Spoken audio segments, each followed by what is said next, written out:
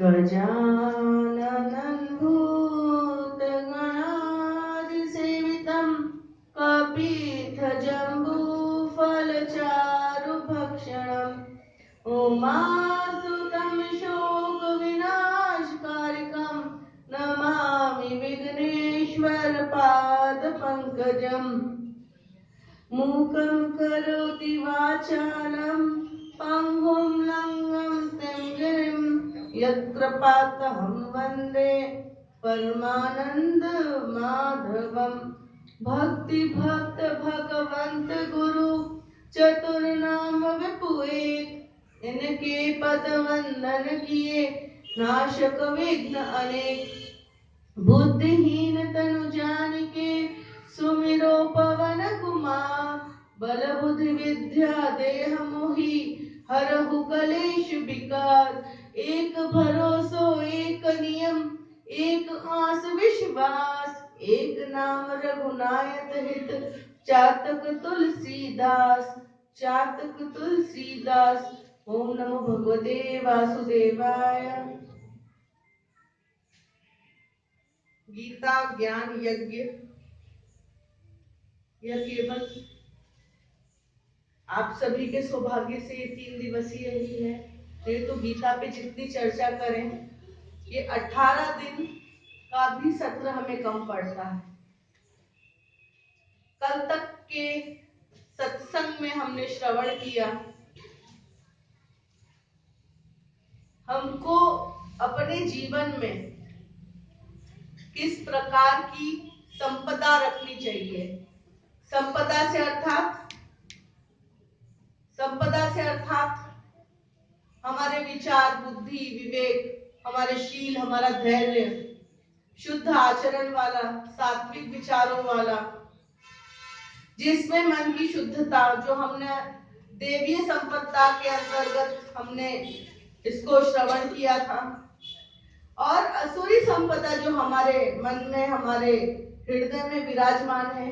पुनः मैं आप सभी के सामने यह दोहराती हूँ, जो हमारे मन में एक प्रकार का घमंड है, अभिमान है, पाखंड है, हमारी वाणियों में अशुद्धता है, ये हमारी असुरीय संपदा है। एक मैं पाखंड का आपको बहुत ही वर्तमानीय उदाहरण देना चाहती हूँ। यह जो मानव देह है, यह हमको प्रकृति ने दी है। प्रकृति के अंदर ही यह पूरा ब्रह्मांड विलुप्त है। ब्रह्मांड के जो नायक है वह भगवान विष्णु। तो भगवान विष्णु जी ही ये नारायण के रूप में पूरा का पूरा सृष्टि और संसार चला रहे हैं। जब अर्जुन को भगवान ने विराट रूप दिखाया था, इसके अंदर सब कुछ विद्यमान था। एक समय की बात थी, आपको यह भागवत की कथा है, गर्ग संहिता में एक कथा आती है, ब्रह्म वैवर्त पुराण में भी कथा आती है।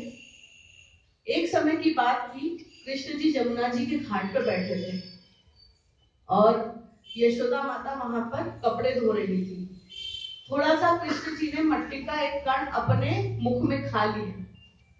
तो क्या हुआ, जब यशोदा माता को पता चला कि इनके मुख में मट्टी है, तो वो देखने गई कि कितनी बड़ी मट्टी है। तो जैसे ही उन्होंने मुख खोला था, तो क्या किया, अपने मुख में समस्त ब्रह्मांड का उन्होंने दर्शन करवा दिया।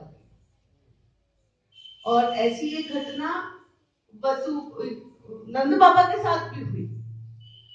जब यह घटनाक्रम यशोदा माता ने देखा था ना कि भगवान कृष्ण के मुख में सारा ब्रह्मांड है, तो जाकर के बड़े टेंशन में, बड़े मतलब क्या कह सकते, उस समय जो उनकी अवस्था थी, बहुत भयभीत व्यवस्था थी। और कहते हैं कि अरे ओ कान्हा के बाबा, देखो इसके मुख में मैंने बहुत बड़ा ब्रह्मांड देखा। अब यशोदा माता को जब कृष्ण जी का जन्म हुआ था ना, तो वो 80 की उम्र में हुआ था।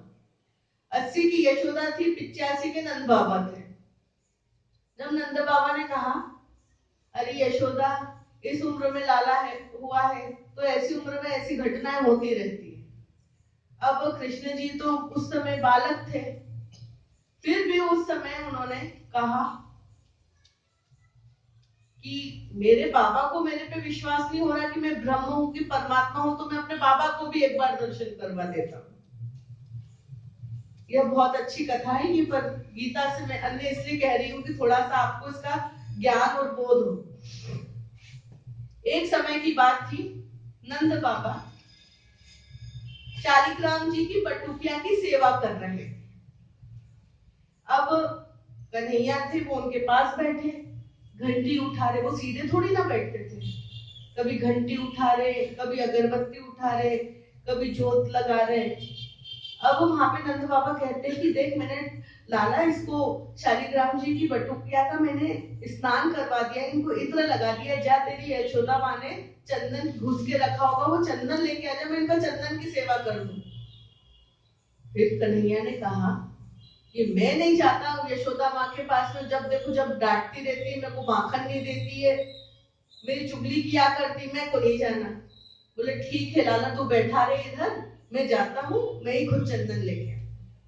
अब कन्हैया ने क्या देखा, अभी तक पीले लड्डू देखे थे, ये काला लड्डू कहां से आ गया। अब वो काला लड्डू कौन थे, स्वयं साक्षात शालिग्राम जी, उन्हीं का एक रूप है ना।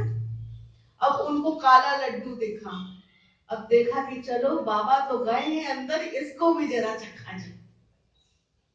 और जैसे ही बाबा गए हैं तो ठाकुर जी ने क्या किया, उसको उठा के अपने मुख में ले लिया।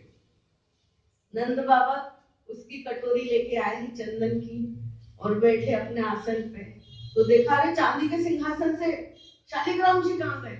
अब लाला उधर बैठा, वही घंटी खेल रहा है, सीधे बच्चे थोड़ी बैठे, अब सब कुछ कार्य कर रहे धीरे धीरे, और क्या है मुंह में फंसा के रखा शालिग्राम।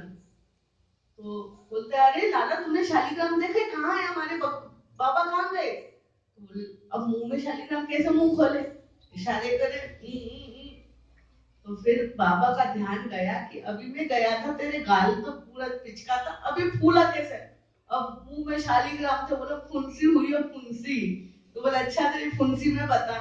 वो जैसे ही मुंह खोल के देखा कि कितनी बड़ी फुंसी है, जैसे ही नंद बाबा ने उनका मुख खोला है ना, उसमें भी पूरा ब्रह्मांड नंद बाबा को कन्हैया ने दिखाया। तो भगवान अपने को भी दिखा सकते हैं ब्रह्मांड, पर अपने को उसके लिए दिव्य चक्षु होना चाहिए। दिव्य चक्षु कैसे, हमारी आंतरिक इच्छा, जब भी हम कोई कष्ट में हो तो हम मनन करें, चिंतन करें, तो केवल भगवान का मनन करें। ऐसी एक कहानी राम कथा में आती, आनंद रामायण की कथा है, सुनना चाहेंगे। एक बार की बात थी, कौशल्या माता, रामचंद्र जी जब बाल्यावस्था में थे, क्योंकि आपने बाल्यावस्था की कथाएं बहुत सूक्ष्म रूप में सुनी है। एक समय की बात थी कि कौशल्या माता ने रामचंद्र जी को पीताम्बरी पिनाई है, काजल लगाया है, और पालने में बिठा करके चली गई श्रीरंग जी की सेवा करने के लिए। जो श्रीरंग जी थे ना, दशरथ जी के कुल देवता थे, और भगवान की सेवा करने के लिए क्या हुआ है, उन्होंने खीरान का भोग लगाया, अनेक प्रकार के भोजन लगाए, और फिर क्या देखा है उन्होंने कि जो रामचंद्र जी को वो झूले में सुला के आई थी, वह रामचंद्र जी भगवान के समीप घुटने घुटने चल करके गए हैं और वो खीरान का भोग खा रहे, क्योंकि बिनु पग चले सुने बिनु काना, कर कर करम करे विधि नाना। भगवान बिना पैर से चल सकते, बिना कान से सुन सकते हैं, बिना हाथ के भी 50 प्रकार के कर्म कर सकते हैं। देखो युद्ध केवल अर्जुन कर रहा था, पर रथ का संचालन कौन कर रहे थे, कृष्ण कर रहे थे। तो ऐसे ये भगवान के अलग अलग रूप है, ये जितने भी अवतार हुए हैं ना, राम है, कृष्ण है, परशुराम है गरीब भगवान है, यज्ञ नारायण है, प्रथु है, अभी हमने बच्चों को प्रथु भगवान की कथा सुनाई। ऐसे ये जो भिन्न भिन्न पृथक पृथक जो देव के इनके रूप है नारायण के, केवल और केवल यह अपने चरित्रों से, अपने कर्मों से हमें प्रेरणा देते हैं। तो यह जो पाखंड है, पाखंड को हमको समझना है कि ये क्या पाखंड होता है। देखो भगवान ब्रह्म है, वो हमने देखा। अभी एक लोक वाक्य ऐसा रहता है कि बच्चे लोगों को हमने सुनते हुए देखा कि एक चाटा दे दूंगा तो तेरे को दिन में तारे नजर आएंगे। तो वो तारे क्या होते हैं? कुछ समय के लिए भगवान का स्मरण दिखता है। उनको भी थोड़े से बच्चों को संस्कार ऐसे दे कि अपनी वाणियों पे नियंत्रण करें। तो भगवान का इस धरती पे आना स्वाभाविक है, भगवान का किसी भक्त से मिलना स्वाभाविक है, पर भगवान का किसी शरीर में प्रवेश करना अस्वाभाविक है। नवरात्रियों में देखा है ना, अष्टमी नवमी को क्या होता है? नींबू बहुत बिकते हैं, है ना? बिकते हैं। अष्टमी नवमी पे नींबू बहुत बिकते हैं। ये असुरी संपदा है। असुरी संपदा को आप समझो, जो पाखंड है वो असुरी संपदा है। क्या इस शरीर में जो हमको प्रकृति से प्राप्त हुआ है, क्या इसमें आत्मा के अलावा किसी देवी देवता का प्रवेश होगा? क्या नहीं। एक यह कह सकते हैं कि एक नकारात्मक सोच इंसान को उस आडंबर पाखंड, उस असुरी संपत्ति के पास ले जाती है। इस मन मूत्र रहित शरीर में इतने विकार है, इस शरीर में कभी देवी देवता का वास नहीं हो सकता। देवी देवता का वास केवल अपनी आत्मा में होता है, और आत्मा भी तब जब अपना चित्त, अपना मन शुद्ध हो। तो इस असुरी संपदा में जो पाखंड शब्द है, इससे थोड़ा सा रहेंगे। तो बहुत से हमने देखा है कि इतना बड़ा पवित्र ग्रंथ भागवत जैसी की शोभा यात्रा जा रही है, उसमें कुछ कुछ लोगों की मति बुद्धि होती कि हम कलश यात्रा निकालेंगे। चलो कलश यात्रा निकालिए। कलश केवल एक होना चाहिए जो आपके देवताओं के निमित्त रखा जाए। कलश में गंगा जल होता है, तो देवी आने लगती है। भाई कौन से शास्त्र, कौन से पुराण, कौन से वेद, कौन से उपनिषद में लिखा है कि गंगा जी स्त्री के शरीर में आएगी? ऐसा कहीं व्याख्या नहीं है। थोड़ा ध्यान दें और देखिए। एक मैंने थोड़ा सा स्त्रियों में ये चीज देखी है, थोड़ा सा इस बुद्धि विवेक को उजागर करो और इस भय से ऊपर उठो। ये देवी देवता का आना, नवरात्रि के दिनों में अष्टमी नवमी पे हाथ पैर कपाना, ये केवल पाखंड है। इस पाखंड से दूर रहो। किसी को भी यह सब चीजें नहीं होती। भूत प्रेत यह सब अपने इर्द गिर्द होते हैं, पर ये कभी किसी को शरीर में प्रवेश नहीं करते। इस बात का ध्यान रखना। जब आप कोई भी विवाह करते हैं, गंगा यात्रा करते हैं, वो चलो वो शास्त्रीय युक्त है। गंगा पूजन विवाह के समय, मांगलिक कार्य के समय करना उचित है, पर यह गंगा पूजन का इस भागवत रूपी कथा से सब कोई मतलब नहीं है। एक आप बात ये बताइए, भागवत कथा राजा परीक्षित ने सुनी, शुकदेव ने कही, बद्री का आश्रम में सनकादिक ऋषियों ने कही, उन्होंने क्या ये गंगा यात्रा, कलश यात्रा निकाली? तो आप सब इस पाखंड को सहयोग ना करें। हमको केवल धर्म का कार्य करना, हमको पुराणों को जो वास्तविक रूप है उसको जीवित रखना है। हमको धर्म ध्वजा खड़ी करनी है। हमको पाखंड रूप असुरी संपदा हमको संलग्न नहीं करनी। बात स्मरण रखें।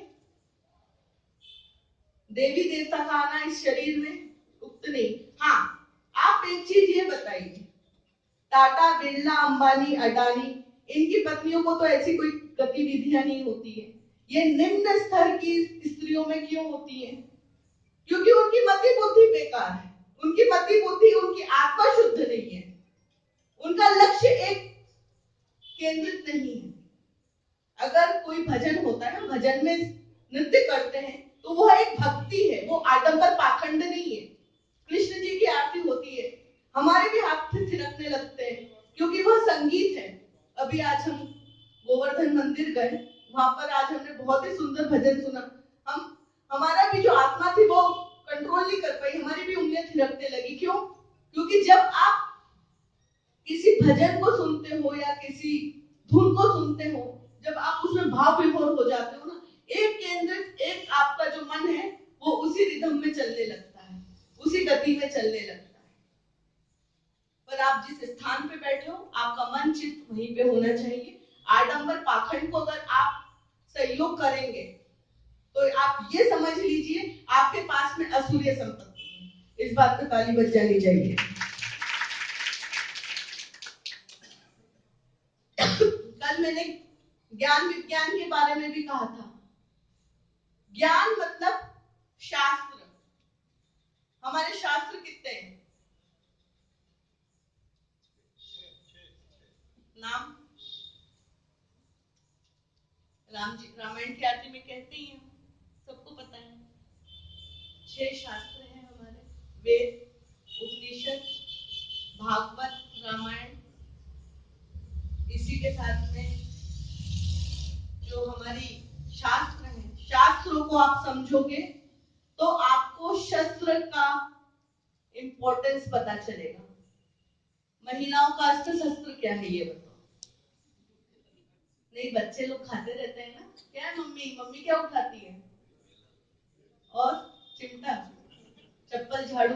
और भाई देखो, जो बच्चा माँ की मार नहीं खाएगा वो जीवन में कभी सक्सेस नहीं हो पाएगा। हमने भी बचपने में हमारी माँ की मार खाई, पिताजी की डांट खाई। अगर किसी ने गुरु की डांट नहीं खाई, गुरु की मार नहीं खाई, वह कभी अपने जीवन में सक्सेस नहीं करेगा। कभी उसको हमेशा कष्ट ही कष्ट है। आप में से कितने के गुरु की आप सेवा करते हो और कितने गुरु आपको डांटते हैं? आपके गुरु डांटते हैं? टीचर डांटते हैं स्कूल में? रोज होमवर्क देती है? आपके भी सबके गुरु होंगे, कभी डांटा है उन्होंने? देखो, पानी पियो छान के, गुरु बनाओ जान के। भीड़ में जाकर के गुरु मंत्र लेते हैं, ठीक है, पर गुरु ऐसा होना चाहिए जो आपकी मन की बात पढ़ ले। हम किसी को शिष्य नहीं बनाते हैं, पहली बात। तो गुरु और शिष्य का जो संबंध है वो पवित्र है। माता पिता के बाद अगर किसी का स्थान है तो वो है गुरु। माता पिता को जिस तरह से दर्जा दिया जाता है वैसे ही गुरु को दर्जा दिया जाता है।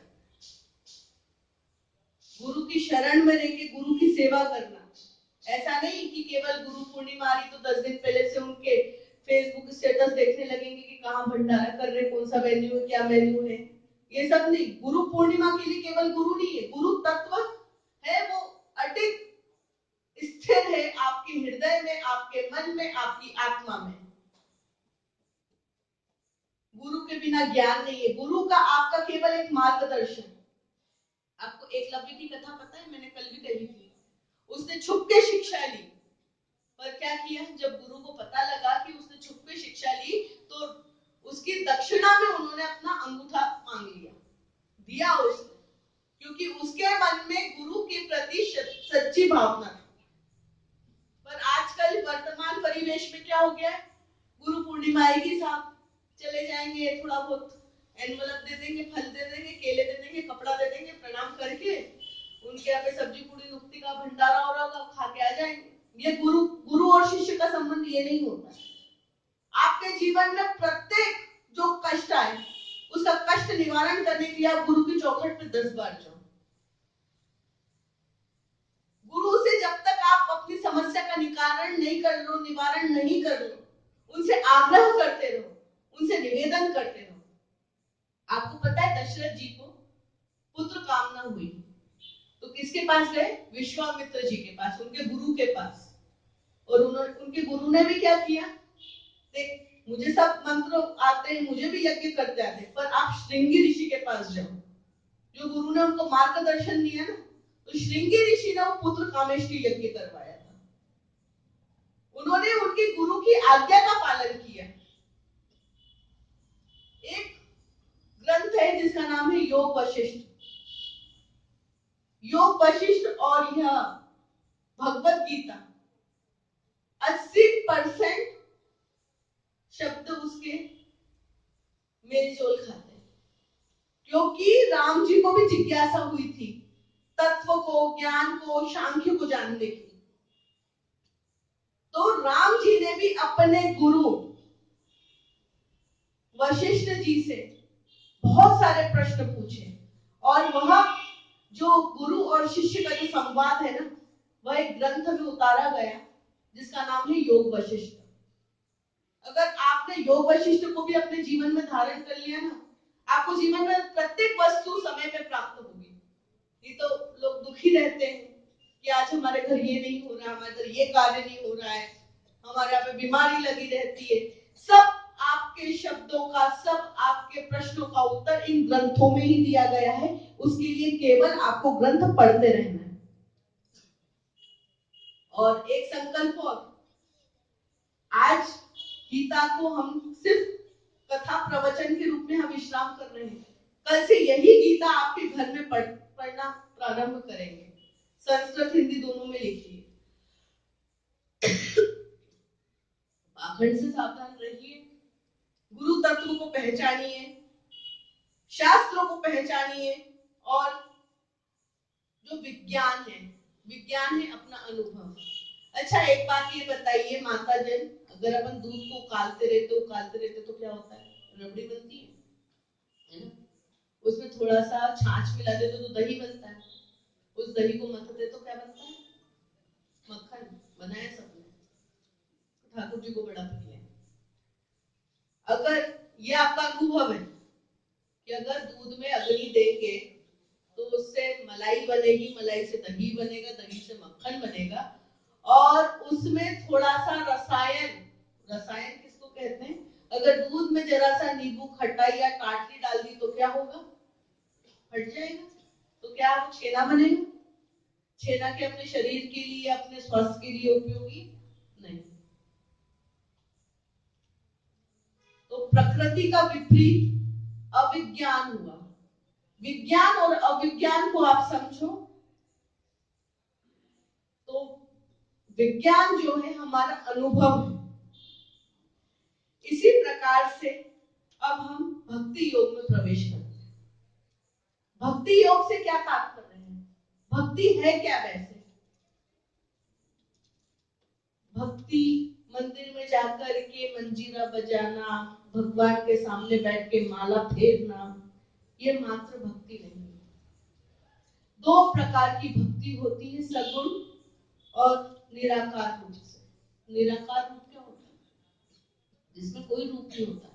हवा का कोई आकार नहीं है, पर अगर आपने कूलर की हवा चलाई तो आपको कूलर से पिचपिची हवा प्राप्त होगी, क्योंकि उसमें पानी भी चलता रहता है। उससे बाद में आपके हाथ पैर दर्द होते हैं, है ना? अगर आपने पंखे की हवा ग्रीष्म काल में खाई तो क्या होगा? उससे आपके पसीना आएगा, गर्मी लगेगी, चटक पड़ेगी। और एसी की हवा मिल जाए तो ब्रह्मा मिल जाते हैं, है ना?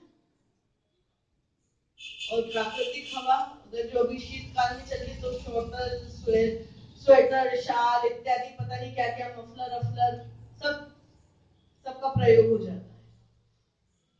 तो निराकार रूप आप अग्नि का देखो, अगर आप दिया जलाते हो तो दिए के रूप में जलेगी, और आपने यज्ञ में उसको प्राकट्य किया तो वो यज्ञ के रूप में अग्नि जलेगी। रसोई में तो रसोई की, मोमबत्ती तो मोमबत्ती की, अगरबत्ती में तो धूप बत्ती की, तो सबकी अग्नियां अलग अलग हैं। ऐसे ही निराकार रूप में भक्ति किस प्रकार करें? किसी को बताओ मत, अपनी भक्ति करो तो केवल भगवान को पता होना चाहिए। भगवान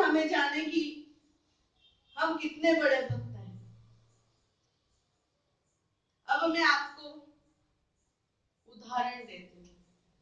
प्रहलाद, आयु कितनी थी? मात्र 5 वर्ष। भगवान प्राप्त किए उसने, ठीक है। कैसे? माँ के संस्कार से।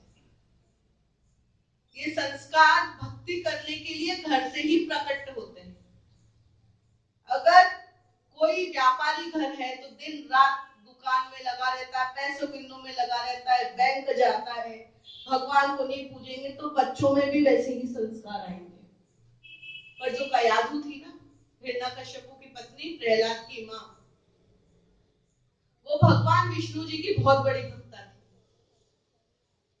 उन्होंने गर्भ धारण करने के पूर्व ही अपने पति से सहस्त्र बार नारायण नारायण बुलवाया। कथा आपको पता है, इंद्र तोता बन करके वृक्ष पे बैठ गए थे, उनको तपस्या नहीं करने दी और नारायण नारायण बोलने लगे। उनको क्रोध आया। जब कयाधु के पास पहुंचे तो बोले कि आज आप तपस्या से इतने जल्दी कैसे आ गए? तो उन्होंने कहा कि ये जो तोता है ना, वो नारायण नारायण बोल रहा है। तो वो कयाधु बड़ी प्रसन्न हुई थी कि अरे, मेरे पति के मुख से मेरे भगवान का इष्ट का नाम। बोले नहीं, आप झूठ बोल रहे हो। तो फिर उसने बोला कि नहीं, उसने तो नारायण नारायण का। ऐसा कहते कहते सहस्त्र बार, सहस्त्र किसको बोलते? 1000 बार कयाधु ने हिरण्यकश्यपु से नारायण नारायण बुलवाया। जब उन्होंने उस समय गर्भ धारण किया ना, तो नारायण का ही भक्त प्रहलाद हुआ। तो ऐसे ही संस्कार घर से आते हैं। आपको पता है गर्भ धारण संस्कार होता है हमारे 16 संस्कारों में। अच्छा, अपन कितने संस्कार करते हैं ये 16 संस्कारों में से? आजकल जो हो रहे हैं, एक विवाह संस्कार है ना, विवाह संस्कार में भी बहुत सी रीत रिवाज कम हो गई है। डेस्टिनेशन वेडिंग होने लगी है, प्री वेडिंग शूट होने लगा है। ये हम हमारी संस्कृति को क्यों खत्म होने दे रहे हैं? आप यह सब अगर बदल देंगे ना, आपका जीवन बदल जाएगा। कारण हम ही है सब। और तो और, जहां पर व्यक्ति का 2 रोटी से पेट भरता है, विवाह में हम लाखों तो खाने को बर्बाद करने के लिए पैसा लगा देते हैं। उसमें लोग खड़े होके खाते। क्या खड़े होकर के खाया जाता है? खड़े होके जानवर खाते हैं। आपने देखे पशुओं को कैसे खाते हैं? भोजन बैठ के किया जाता है। पहले बहुत अच्छा सिस्टम था वो पंगत वाला, पर अब क्या हो गया है? ये स्टाल तो कॉन्टिनेंटल जो इटालियन, ये क्या है सब? क्यों अपनी संस्कृति में बाहर के आप उनको व्यंजनों को लाए जा रहे हैं? प्रयास ये करो कि हमारे व्यंजन बाहर जाए। अपनी संस्कृति बदलो, अपनी सोच बदलो, अपनी धारणाएं बदलो। पुरानी परंपराओं से भी विवाह हो सकते हैं आज समाज में, पर ये हमको करने की आवश्यकता है।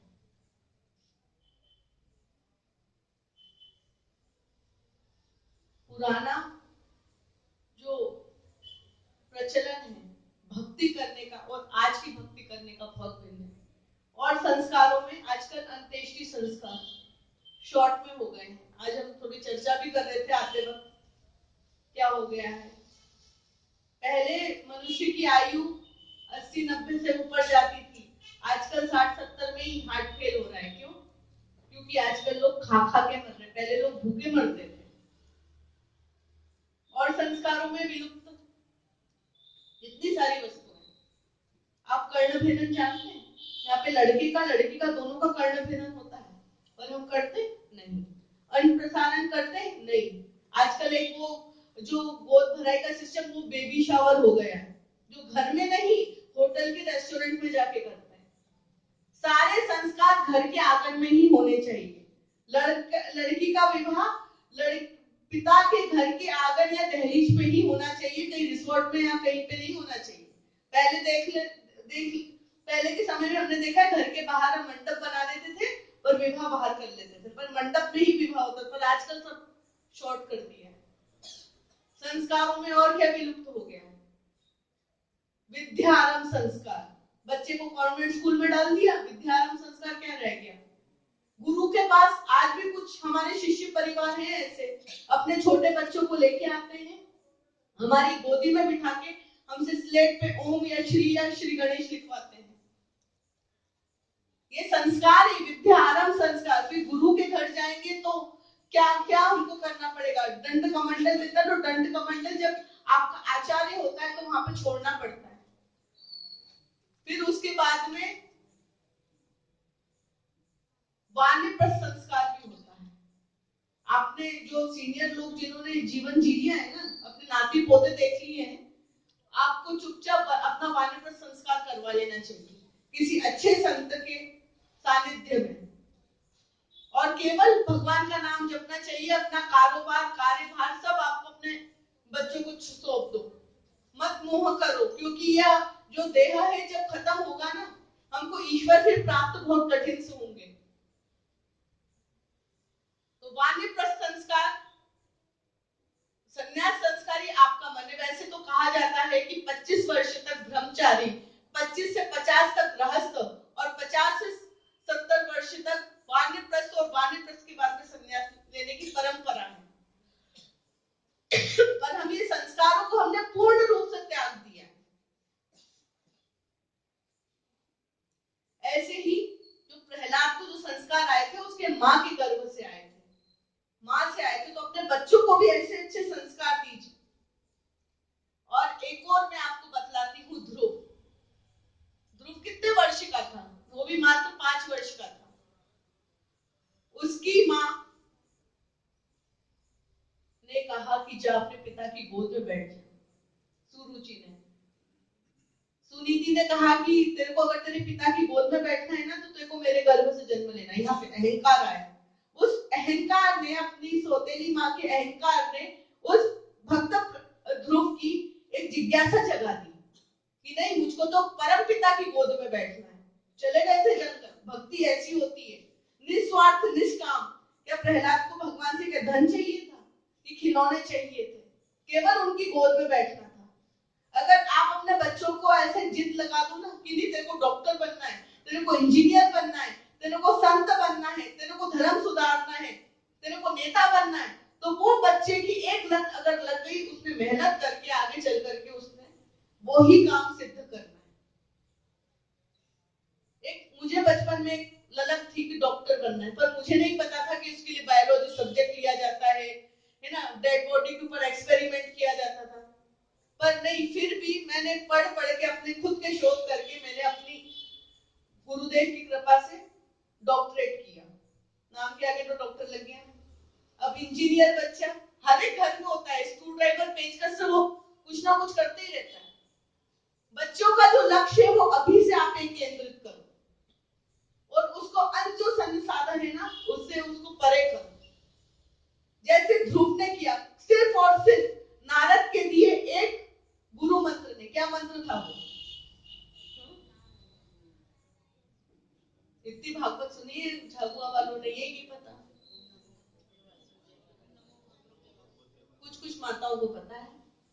चलो, ओम नमो भगवते वासुदेवाय, ओम नमो भगवते वासुदेवाय, ओम नमो भगवते वासुदेवाय मेरो कृष्ण चंद्राय, वासुदेवाय मेरो कृष्ण चंद्राय, ओम नमो भगवते वासुदेवाय, ओम नमो। बोलिए कृष्णचंद्र भगवान की। भक्ति के विषय में निराकार रूप में जो हमने देखते हैं, वो एक तो सिद्ध रहे, वो है मार्कंडे ऋषि। मार्कंडे ऋषि की उम्र केवल मात्र 12 वर्ष की थी, और उनकी अल्पायु में मृत्यु होनी थी। पर उन्होंने कहा कि जो महादेव है वो तो कालों के काल है, उनकी शरण में जा, उनकी सेवा कर। तो मार्कंडे ऋषि ने भी क्या किया, उनकी सेवा करी। तो क्या हुआ, काल उसका क्या बिगाड़े जो अकाल मौत हो मरे जो काम करे। तब करके जो भक्ति नित्य होती है, मतलब प्रतिदिन आपको करना ही है। आप क्या प्रतिदिन भोजन करना छोड़ते हो? नहीं। अच्छा, कभी जैसे कहीं यात्रा पे जाना पड़ गया, किसी के विवाह में जाना पड़ गया तो डबल खाते हैं, है ना। यात्रा में बच्चे के साथ कुरकुरे भी खा लेते, बिस्किट भी खा लेते, फिर ढाबे पे रुक करके दाल मखनी और तंदूरी रोटी वो भी खा लेते हैं, है ना। यात्रा पे हम ज्यादा भोजन आहार करते हैं, और ऐसे निम्न दिनों में वही 2 रोटी की डाइट है अपनी, थोड़ा सा चावल ले लिया, भोग लगा दिया भगवान। जो आप नित्य कार्य करते तो क्या आप नित्य भक्ति करते? एक हमने और बात देखी है, थोड़ा वृंदावन का ये कुछ गलत प्रचलन चल गया है। ठाकुर जी अपने घर में मुखिया के रूप में रहते हैं, पर ये क्या हुआ, उनको छोटी सी बास्केट में ले जाके घुमाने का। आप देवी देवताओं को उठाओगे तो भगवान भी आपको उठा देगा। ये कटु सत्य है। देखो, संत है तो हम साफ जो स्पष्ट है वही कहेंगे, है ना। चलो ठीक है, अभी ठंड का मौसम आया है तो भगवान के जो पोशाक है वो आप थोड़ा करें, पर भगवान को ले जाने का, घुमाने का ये क्या तात्पर्य है? ठीक है, भगवान को आपने अपना बच्चा बनाया है तो उसके साथ ऐसा वो व्यवहार थोड़ी कर सकते जो हम अपने बच्चे के साथ करते हैं। हम बच्चे के साथ 2 दिन बिना स्नान करे ट्रेन में ट्रेवल कर सकते हैं, पर क्या ठाकुर जी को आप वही जो सामूहिक जो शौचालय है उसमें जा रहे हो, फिर वापस उस बास्केट को हाथ लगा रहे हैं? कितनी अशुद्धियां हैं।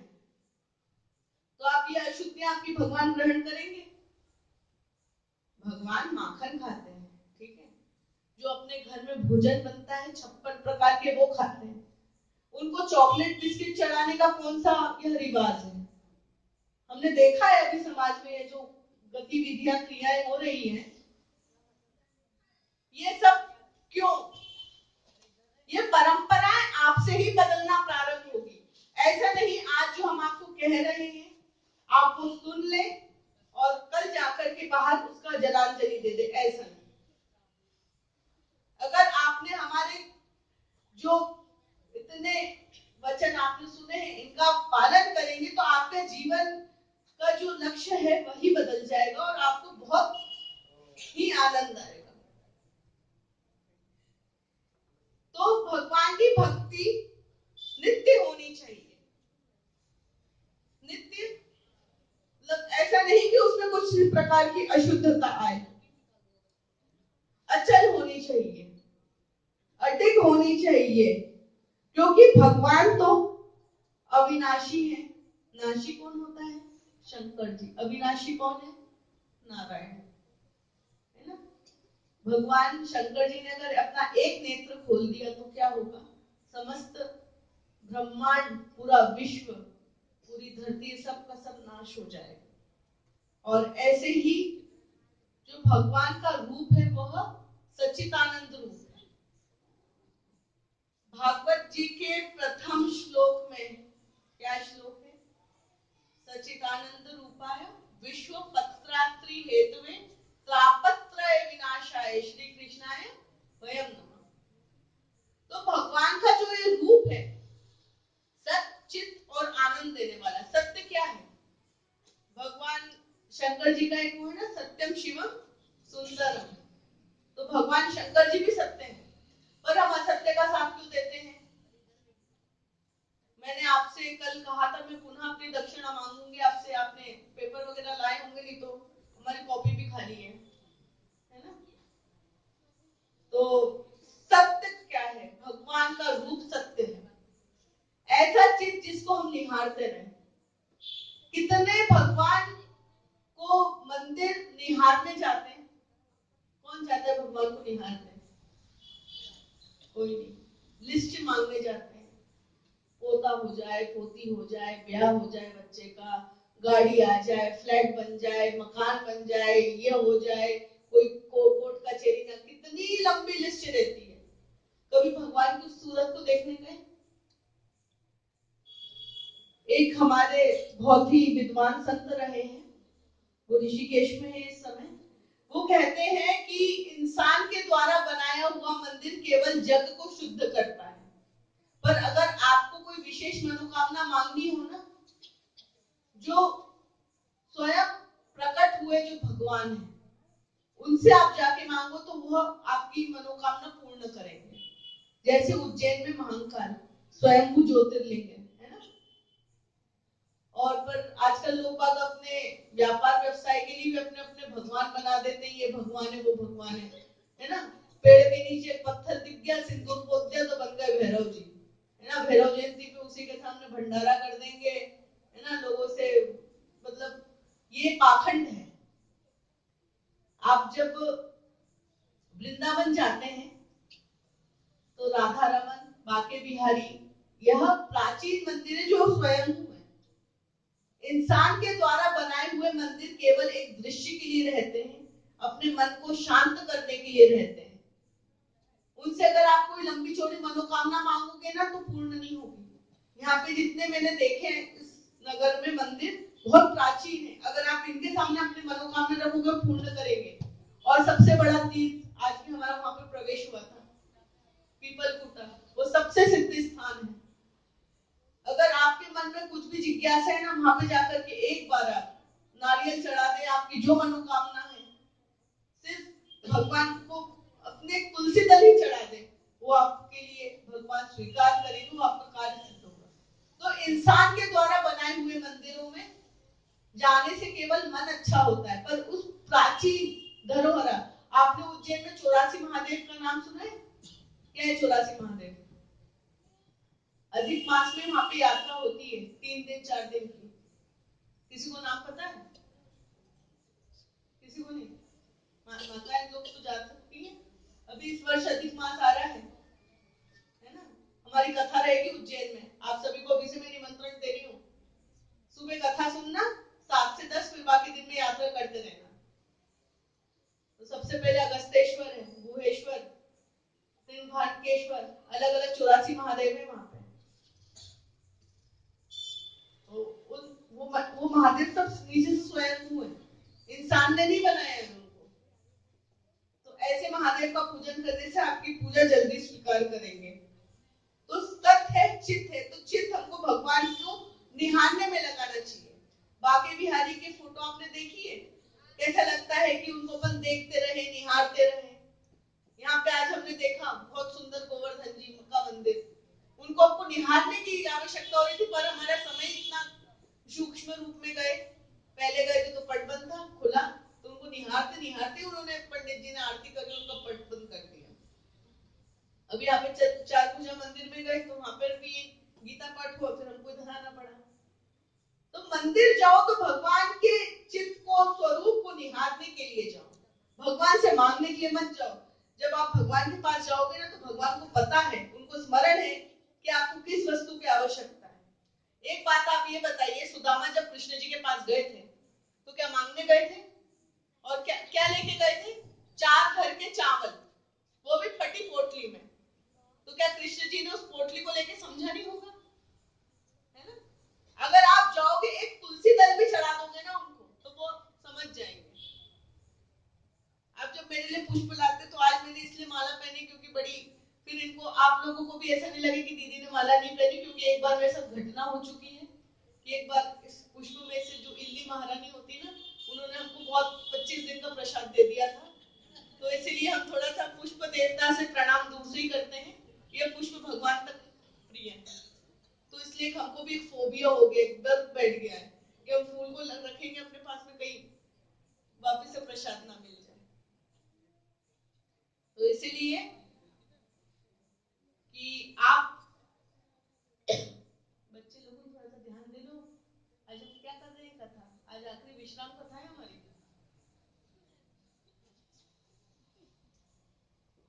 ऐसे ही भगवान का चित्त निहारने जाओ, भगवान के चरणों पे रखी हुई तुलसी को निहारो।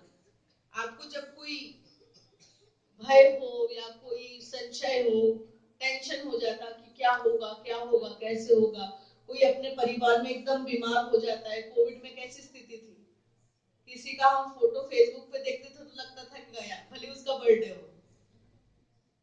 ऐसे ही होता था, कोई फोटो अपनी सेल्फी नहीं डाल पा रहा था। ऐसा वो 1 मई 2021 से लेकर के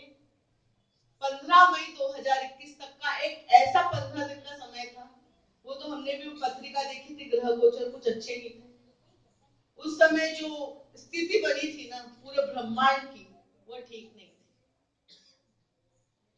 बहुत कष्टमय वातावरण था। अगर हम पृथ्वीवासी अगर मंगल ग्रह पे भी होते ना तो वहां पे भी यह स्थिति बनती। उस समय तो भगवान भी नहीं सुन रहे थे। और तो और आजकल जो महाकाल में जो भांग का श्रृंगार हो रहा है ना, उस 15-25 दिन में भांग का श्रृंगार भी नहीं हुआ। सिर्फ केवल बेलपत्री चंदन चढ़ती थी, पंडित अंदर पूजा करके चले जाता था। अब भगवान का जो रूप है वो आनंद देने वाला है। कैसे आनंद देता है?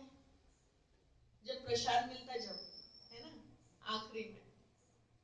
अच्छा, प्रसाद लेने कितने लोग मंदिर जाते हैं? कोई नहीं। प्रसाद देने जाते कि लेने जाते? और यहाँ पे अभी तो देखो बाल मंडली प्रसाद लेने बैठी है, जिनको आज सबसे आखिरी में मिलेगी, है ना। तो भगवान के सामने कभी भी खड़े हो तो इस प्रकार झोली करके खड़े हो कि भगवान सब कुछ आपका दिया है, कुछ आप हमें आशीर्वाद दें, इस तरह की झोली करके खड़े होना चाहिए। तो भगवान भरते हैं, वो अदृश्य रूप में भरेंगे। आपको पता है कि यहाँ पे कहीं आसपास कोई भगवान है? नीचे माता जी बैठी है, पर क्या पता कोई हो सकता है अदृश्य रूप में। आपको वो कथा भी पता है। अभी मैं भक्ति में उनका भी विषय लेना चाह रही थी, तुलसीदास जी। तुलसीदास जी को एक प्रेत ने कहा कि जब जहाँ पे तुम कथा करते हो ना, तो दूर कहीं एक टाट ओढ़े बाबा बैठे। पर यहाँ पे तो शाल ओढ़ करके हमारे भैया बैठे हैं, टाट ओढ़ करके बाबा बैठे, वही हनुमान जी, उनके पांव पकड़ लो, आपको आपके राम जी के दर्शन हो जाएंगे। पर क्या हुआ, इस कलयुग में भी तुलसीदास जी को रामचंद्र जी ने दर्शन दिए। कहाँ दिए थे? चित्रकूट के घाट पर भई संतन की भीड़, तुलसीदास चंदन घिसे तिलक करे रघुवीर। आपको ऐसा अनुभव हुआ है कभी कि भगवान आ रहे हैं? अच्छा, एक बात आप ये बताइए, नवरात्रि और के दिनों में, अष्टमी और नवमी के दिन आप कन्याओं को भोजन करने बुलाते हैं। आपको गिनती की नौ चाहिए और एक भैरव चाहिए, अपने आसपास नहीं होती। फिर क्या करते, कहीं मंदिर में जाकर देखते हैं तो फिर क्या करते, इतनी सारी कन्याएं मिल जाती है ना। तो अपने मन में जब भगवान को प्राप्त करने की जिज्ञासा और आशा होती है ना, तो भगवान कहीं ना कहीं से आके आपको दर्शन दे ही देते हैं। ऐसे ही भक्ति के जो रूप है वो है श्रवण भक्ति। आज आप सब सत्संग सुन रहे हैं, श्रवण कर रहे हैं, ये एक प्रकार की भक्ति है। अगर आपके मन में भक्ति नहीं होती तो आप इस संख्या में इधर नहीं बैठते। नहीं तो इस झाबुआ क्षेत्र में मैंने कल भी निवेदन किया था, कितनी जनता, कितने भक्त हैं, पर उसमें से ही आप क्यों? क्योंकि आपके भाग्य, आपके पुण्य उदय हुए, इसलिए आपको यह सत्संग गीता रूपी श्रवण करने का अवसर प्राप्त हो रहा है। ऐसे ही कीर्तन। कीर्तन का मतलब ये नहीं कि सुबह शाम आप ढोल बजाते रहे, मंजीरे बताते रहे। आप जो भी कुछ कार्य करें उसमें आपका कीर्तन, मन में भगवान का स्मरण सदैव रहना चाहिए। नहीं तो क्या होता है, सुबह सुबह जब स्त्रियां भोजन बनाती हैं, वैसे तो पहली रोटी गाय की होनी चाहिए, फिर अंतिम रोटी स्वान की होनी चाहिए। रोटी बनाते वक्त केवल भगवान का स्मरण करें, और अगर आपने कुछ और स्मरण किया ना तो रोटी में स्वाद भी वैसा आएगा। क्योंकि एक समय हमारे साथ ऐसी घटना घटी थी। हम लखनऊ के किसी उद्योगपति बनिए के घर पे हमारा भोजन हुआ। हमारे साथ में 20-25 महात्मा थे। चांदी की थाली दी हुई कि भाई, क्योंकि आजकल होता ना कि आज हम इतना देंगे तो हमको इतना आशीर्वाद मिलेगा, ऐसा आशीर्वाद नहीं मिलता। चांदी की थाली परोसी, 25 प्रकार के पकवान परोसे, पर जब हमने आचमनी लेकर के एक कोर मुंह में रखा है ना, वो कोर अंदर नहीं गया। क्योंकि जिस रूप से, जिस कार्य करके उसने वो धन कमा के वो अन्न लाया है, तो अन्न में भी उसी रक्त का स्वाद आ रहा था जो उसके कर्मचारियों का उसने रक्त जला जला करके उसने वो धन कमा करके हमको रोटी खिलाया। ऐसे आपका धन शुद्ध नहीं होगा, ऐसे आपको आशीर्वाद प्राप्त नहीं होगा। अगर संत की सेवा करनी है तो कम से कम आपका आया हुआ धन है वह पूर्ण रूप से शुद्ध होना चाहिए। वैसे तो बोलते हैं कि जो धन आया हुआ धन है उसका दशवांश हमको दान करना चाहिए, पर दान भी हम योग्य को दें। आप जल डाल देंगे तो समुद्र का कुछ नहीं होना। ऐसे ही चल करके कीर्तन के बाद में आता है स्मरण। मैंने कल भी बताया था, बच्चों को भी बताया था ये बात। हम सर्वप्रथम सुबह उठते हैं और अपना हाथ देख करके मंत्र बोलते हैं। क्या मंत्र था बोलो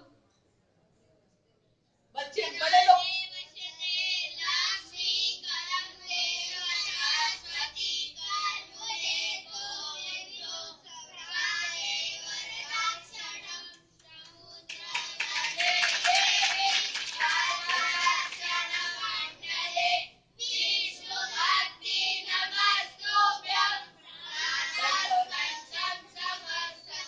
इसका मतलब क्या हुआ, जब आप सुबह उठते हो तो पृथ्वी माता को प्रणाम करना चाहिए।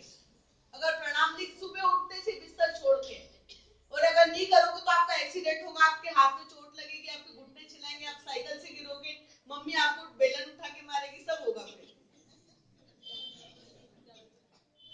प्रत्येक व्यक्ति को चाहिए प्रातः उठते से अपने कर कमलों को देखे, धरती को प्रणाम कर, क्योंकि धरती माता है ना, ये आपके इतने बोझ को झेल रही है। आपने अपने भवन बनाने के लिए इनके अंदर ड्रिलिंग मशीन करी है ना, आप इससे कुआं बना देते, जगह जगह बोरवेल बना देते, भवन तानने के लिए आप बीम बड़े बड़े लगा देते। क्या धरती माता को कष्ट नहीं हो रहा? धरती माता कौन है? भगवान विष्णु जी की भार्या है और शेष नाग पे बैठी हुई है। ऐसे ही स्मरण भगवान का करें और करें पाद सेवा। पाद सेवा मतलब चरणों की सेवा। आप जब भगवान को कुछ भी अर्पित करते हैं ना, तो भगवान के मुंह के पास में थाली थोड़ी ना रखेंगे, चरणों में ही रखेंगे ना।